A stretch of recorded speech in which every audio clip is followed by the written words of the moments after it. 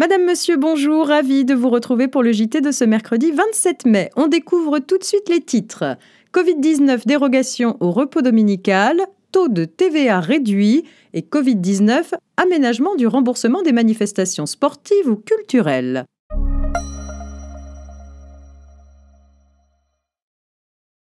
En lien avec la crise du Covid-19, c'est donc la question de la dérogation au repos dominical qui ouvre ce JT. Une ordonnance du 25 mars 2020 permet de faire travailler le dimanche les salariés dans, je cite, « des secteurs d'activité particulièrement nécessaires à la sécurité de la nation et à la continuité de la vie économique et sociale, à définir par décret ».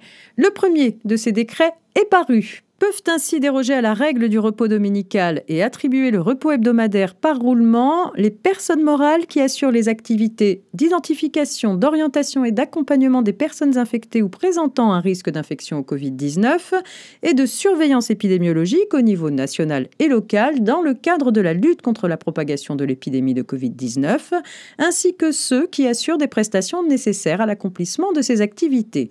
Concrètement, les activités en question sont celles en lien avec le système d'information destiné à identifier les personnes infectées par le coronavirus et leurs contacts.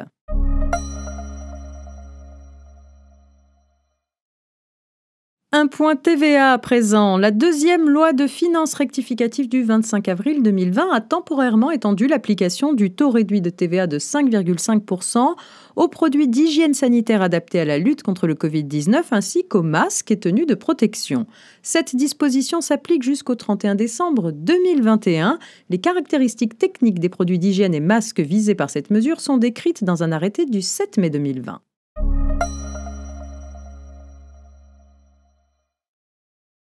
Covid-19 pour terminer avec un point sur l'aménagement du remboursement des manifestations sportives ou culturelles.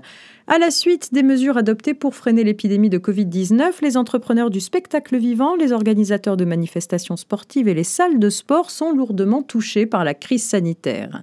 Le gouvernement vient à leur chevet en adoptant des mesures spécifiques concernant les conditions financières de la résolution des contrats. Il s'agit de soulager la trésorerie des entreprises déjà mise à mal par l'effondrement des commandes et qui se trouveraient encore plus affectées s'il fallait systématiquement rembourser aux clients tous les billets et abonnements. Pour y parvenir, le texte adopté déroge au droit au remboursement du client. Ce dernier ne peut en principe se faire imposer un avoir. À titre exceptionnel, l'organisateur pourra ici proposer à ses clients un remboursement sous forme d'avoir. La proposition de cette alternative interdit alors aux clients de demander le remboursement, du moins dans l'immédiat. Le dispositif s'applique aux contrats dont la résolution a été notifiée par le client au professionnel ou inversement entre le 12 mars et le 15 septembre 2020. L'avoir proposé au client doit porter sur une prestation équivalente à celle annulée et ne pas entraîner de majoration tarifaire pour le client, sauf à son initiative. Une proposition de prestation de remplacement est adressée au client dans les 3 mois de la résolution du contrat initial.